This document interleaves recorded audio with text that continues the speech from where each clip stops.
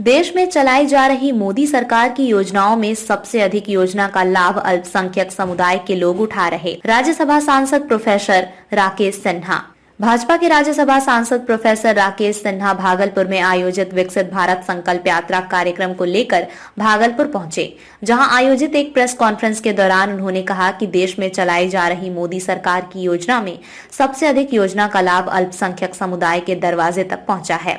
लेकिन मुस्लिम समुदाय के लोगों को खासकर समझना चाहिए कि जब योजनाओं के लाभ एवं नीतियों में कोई भेदभाव नहीं है, सबका साथ सबका विकास के सिद्धांत पर मोदी सरकार चल रही है, तो कांग्रेस और उनके सहयोगियों द्वारा अल्पसंख्यक और बहुसंख्यक कहकर समाज को विभाजन कर रहा है, जहां सांप्रदायिकता के आधार पर देश को ध्रुवीकरण कर मतदान करना देश के लिए घातक है।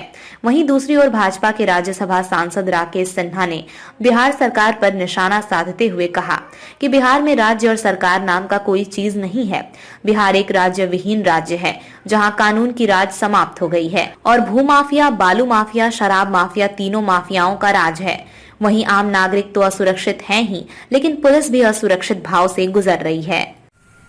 इसके बारे में तो आप सबको जानकारी है, लेकिन जो मैं भागलपुर के संबंध में बताना चाहता हूँ कि वो 2 यात्राओं में शामिल होने के बाद मुझे अनुभव हुआ कि अल्पसंख्यक समाज को इस बात को स्वीकार करना चाहिए कि मोदी सरकार की योजनाएं सबसे अधिक उनके दरवाजे तक पहुंच रही है। कल उज्ज्वला गैस के अंतर्गत, उज्ज्वला योजना के अंतर्गत जिन 5 लोगों को मैंने सांकेतिक रूप से गैस के कनेक्शन दिया, वो 5 ही कथित रूप से अल्पसंख्यक समाज के थे। दूसरे स्थान पर जिन 4 लोगों को दिया, उसमें 3 अल्पसंख्यक समाज के थे। तो इस देश में जो बहुसंख्यक अल्पसंख्यक विभाजन कांग्रेस एवं उसके साथी दलों ने किया है, और जो वे बार बार आरोप लगाते हैं कि मोदी सरकार बहुमतवादी सरकार है, वह आरोप पूरी तरह से विकसित भारत संकल्प यात्रा निराधार करती है। इसके साथ साथ बिहार, हिंदुस्तान और खासकर भागलपुर के मुस्लिम समाज को विशेष करके इस बात के लिए आत्मलोचन करना चाहिए कि जब योजनाओं का लाभ लें, नीतियों में कोई भेदभाव नहीं है और सबका साथ सबका विकास के सिद्धांत पर चल रहा है, तो उन्हें भी अपने मतदान करने की पद्धति में और व्यवहार में बहुलता लाना चाहिए। किसे मतदान करें यह उनका विशेषाधिकार है, लेकिन सांप्रदायिकता के आधार पर, ध्रुवीकरण के आधार पर मतदान करना इस देश के लिए घातक साबित होता रहा है और घातक साबित होगा। इसलिए विकसित भारत संकल्प यात्रा में जो लाभ मिल रहा है उसका एक प्रतिबिंब सामने आ रहा है। दूसरा, बिहार सरकार के दबाव में, या जैसा अधिकारियों ने कहा, वे इस एक ऐतिहासिक यात्रा में जितना उत्साह के साथ उनको सहयोग करना चाहिए है, नहीं कर रहे हैं। वो स्वयं स्वीकार कर रहे हैं कि राज्य सरकार का दबाव है। अब मैं एक राष्ट्रीय प्रश्न और पर आता हूं। पिछले 9.5 वर्षों में प्रधानमंत्री मोदी जी की सरकार ने इस देश को सम्मान के साथ समृद्धि की ओर ले जाने का काम किया। सम्मान का 2 अभिप्राय है। देश के भीतर सामाजिक और आर्थिक रूप से जो पिछड़े लोग हैं, उन तक योजनाएं और योजनाओं का लाभ सामंतवादी तरीके से नहीं पहुंचा है जो कांग्रेस पार्टी देती थी। वह एक बहुत ही सम्मानित तरीके से उनको पहुंचाया गया, यानी लाभार्थी के पास पार्टी के कार्यकर्ता, अधिकारी उनके घर पे दस्तक देने जाते हैं कि आपने कार्ड बनाया या नहीं बनाया, आयुष्मान कार्ड, आपको अन्न मिल रहा है कि नहीं मिल रहा है। एक यह। दूसरा, देश के बाहर जो भारत की आर्थिक प्रगति है और नरेंद्र मोदी जी ने अपने व्यक्तित्व के द्वारा जो प्रभाव डाला है, तो पहली बार आजाद भारत को पूरी दुनिया में एक सम्मानित स्थान मिला है। आज प्रधानमंत्री नरेंद्र मोदी की गिनती स्वाभाविक सहज तरीके से अमेरिकी राष्ट्रपति बाइडेन, रूस के राष्ट्रपति पुतिन, उसी तरह माइक्रोन, मॉरिसन, जो दुनिया के बड़े राष्ट्राध्यक्ष हैं, मोदी जी की तुलना हो रही है। उनके बीच में निर्णय की प्रक्रिया में शामिल हो रहे हैं।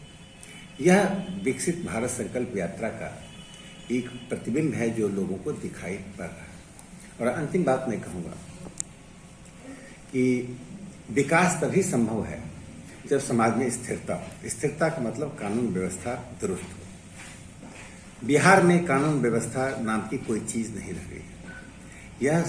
यहाँ सरकार है, राज्य नहीं है। स्टेटलेस गवर्नमेंट है। सरकार दिखाने के लिए होती है कि ये मुख्यमंत्री हैं, ये डिप्टी चीफ मिनिस्टर हैं, ये मंत्रिमंडल है, वो दिखाई पड़ रहा है। राज्य वह होता है जो संस्थाओं के द्वारा काम करता है और वह राज्य कानून और व्यवस्था लागू करता है। लेकिन इस बिहार पर भू माफिया, शराब माफिया और बालू माफिया, इन 3 माफिया का राज चल रहा है। और यह आप अपने इर्द गिर्द देख सकते हैं, बिहार के विभिन्न जिलों में देख सकते हैं। इसी कारण से आम नागरिक तो असुरक्षित है ही, स्वयं पुलिस भी असुरक्षा की भाव से गुजर रही है।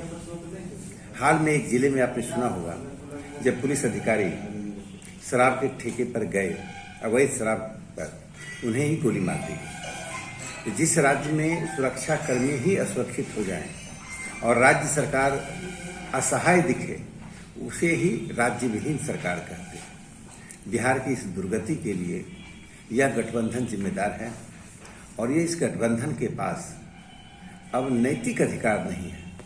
इसलिए वो जाति, संप्रदाय, अन्य मुद्दों को बार बार सामने लाकर इस और उस तरह से लोगों को भटकाना चाहती है, लोगों को मूल मुद्दों से ध्यान हटाना चाहती है।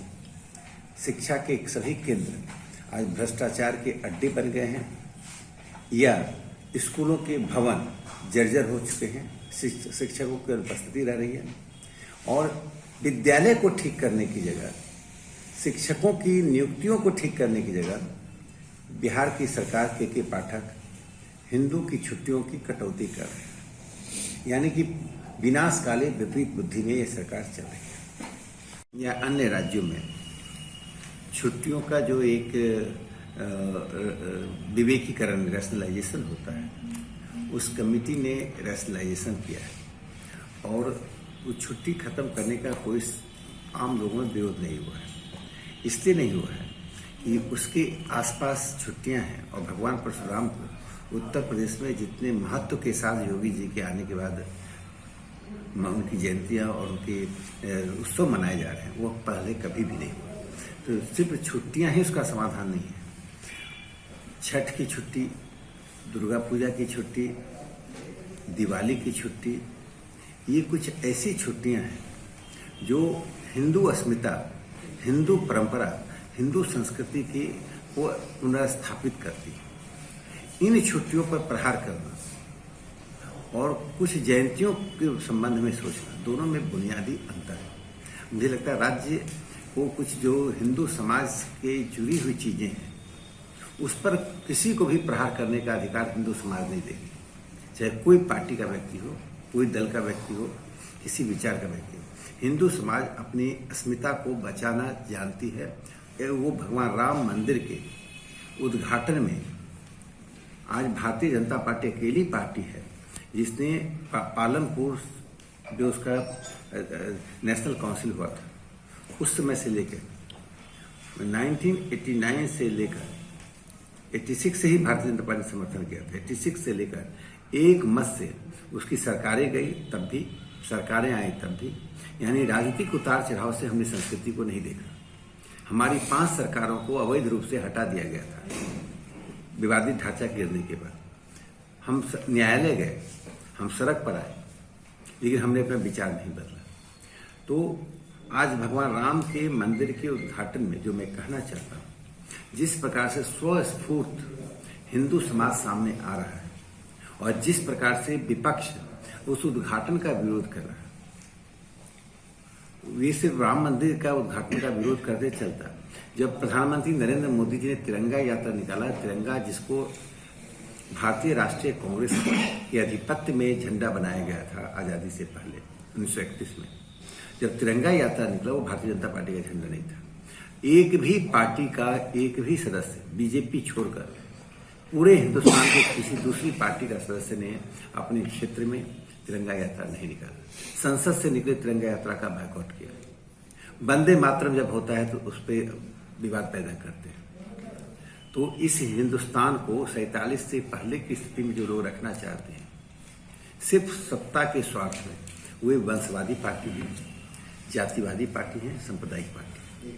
और इस तरह की संकीर्णताओं में जीने वाले के लिए सत्ता ही केंद्र होता है। जिस व्यक्ति के प्रति श्रद्धा और जिस व्यक्ति का भारतीय सभ्यता, संस्कृति और संप्रभुता में योगदान, उसे जनता स्वतः स्वीकार करती है। किसी ने कोई आदेश नहीं दिया किसी को हटाने के लिए। श्रद्धा बढ़ती घटती रहती है। और पंडित नेहरू के कार्यकाल में हिंदुस्तान 47 में आजाद हुआ।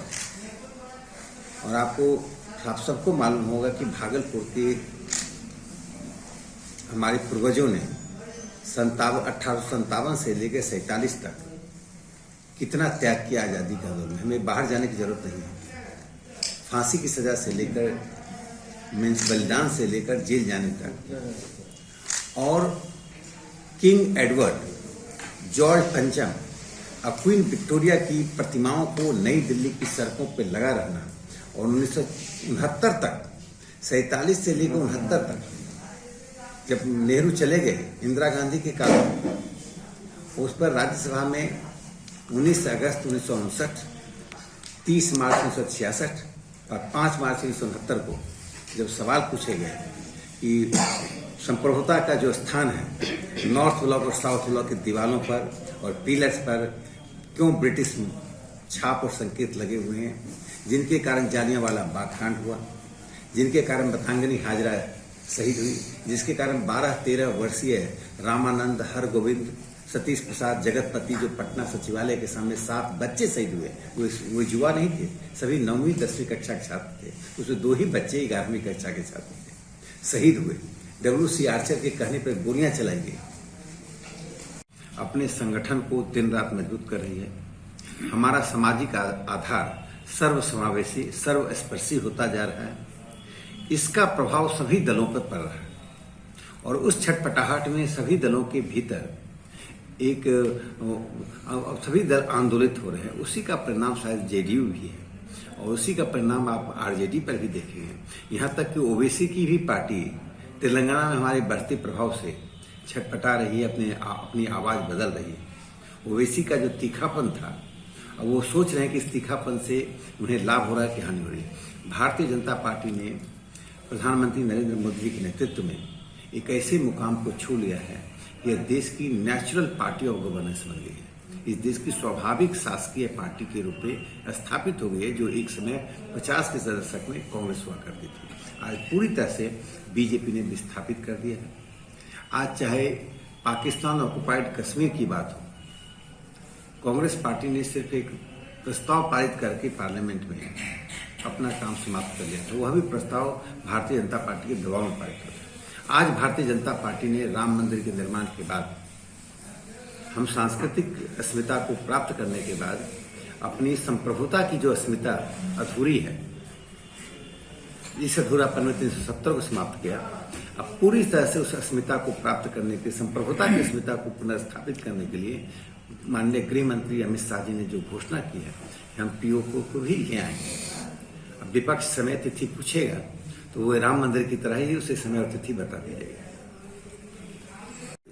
जिनके साथ इन्होंने लंबे समय तक सामाजिक आधार का रखा है, जो समीकरण चला है, उसकी छाप इन पर पड़ गई है और इनके DNA में हिंदू विरोध शामिल हो गया। इसीलिए इसी कारण से इनका भी सामाजिक आधार अब समाप्त हो रहा है। जो भी पार्टी हिंदुत्व की अवधारणा से अपने आप को अलग करेगी, वह भारत की राजनीति की परिधि से बाहर हो जाएगी। हिंदुस्तान के हिंदुओं ने एक बात स्थापित कर दिया है कि हम व्यक्तिगत और सामूहिक रूप से किसी धर्म, या किसी विचार को समाप्त नहीं करना चाहते हैं, उसके विरोध में नहीं। लेकिन जो हिंदू विरासत, हिंदू संस्कृति, हिंदू देवी देवताओं का विरोध करे प्रत्यक्ष अप्रत्यक्ष रूप से, उसे राजनीति की परिधि से यानी राजनीति के खेल के मैदान से 12वें खिलाड़ी की तरह बाहर कर दिया जाए। का आगमन हुआ है और तो कल जगदीशपुर प्रखंड अंतर्गत भवानीपुर देसरी और अपना जो विकसित भारत संकल्प यात्रा का रथ है और जगदीशपुर पंचायत जो मजार का भाग, वहाँ पर दोनों जगह आप रहे। और आज कहलगांव के कोदवार में और तिरुपति के किशनदासपुर में विकसित भारत संकल्प यात्रा का रथ है। विशेष रूप से आप वहाँ उस कार्यक्रम में आज उपस्थित रहेंगे और हम सब सौभाग्यशाली हैं कि आप आए हैं और इसी उनकी धरती पर